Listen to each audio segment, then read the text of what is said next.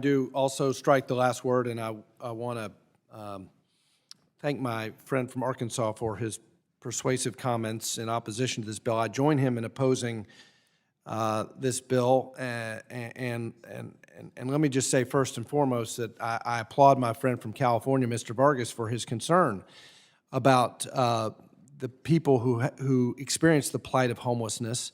And I know Mr. Vargas, and so I know his deep faith and his care for his fellow human being and his genuine desire to help people who are struggling in poverty and in homelessness. So I know his heart is in the right place, and I know he cares about people, and maybe in the worst scenario, a car is the only place you got to go, and if it's raining outside or cold or whatever, that's where you have to go.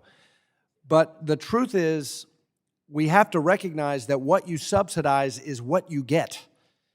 And our objective should not be to have people living in cars or trucks. Our goal should be to help people escape homelessness and have a real situation of shelter.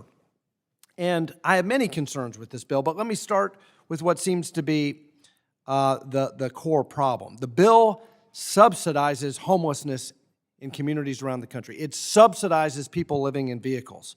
Telling people to sleep in their cars as a matter of federal policy is not only inadequate and unacceptable, it's cruel. It's cruel.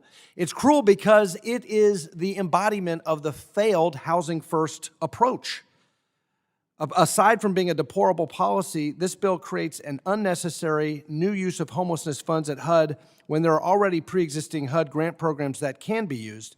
But this use of homelessness funds that would subject this policy to housing first would prevent the funds from being contingent on participating in case management.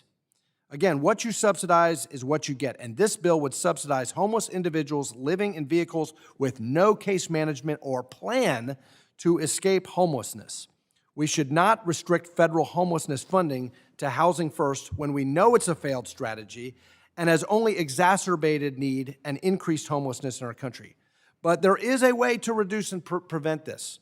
There's a way to reduce and prevent homelessness. There's a way to reduce and prevent the sad and tragic situation of people having to resort to sleeping in their vehicles. And that is Housing Plus. My bill, the Housing Plus legislation.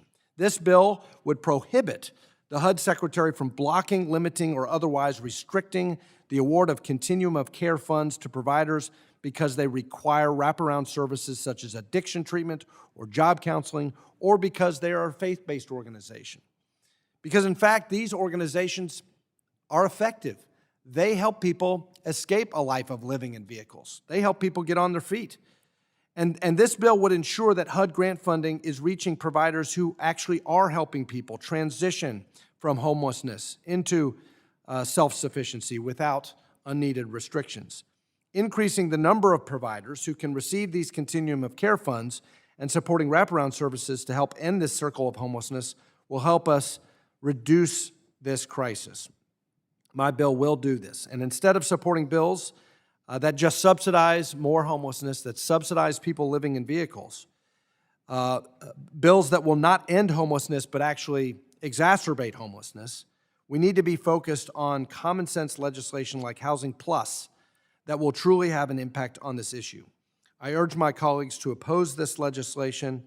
I urge my colleagues to consider enlarging the universe of providers that can help individuals who find themselves in this crisis of living in their vehicle and actually help these people find an alternative to that. And with that, I yield back.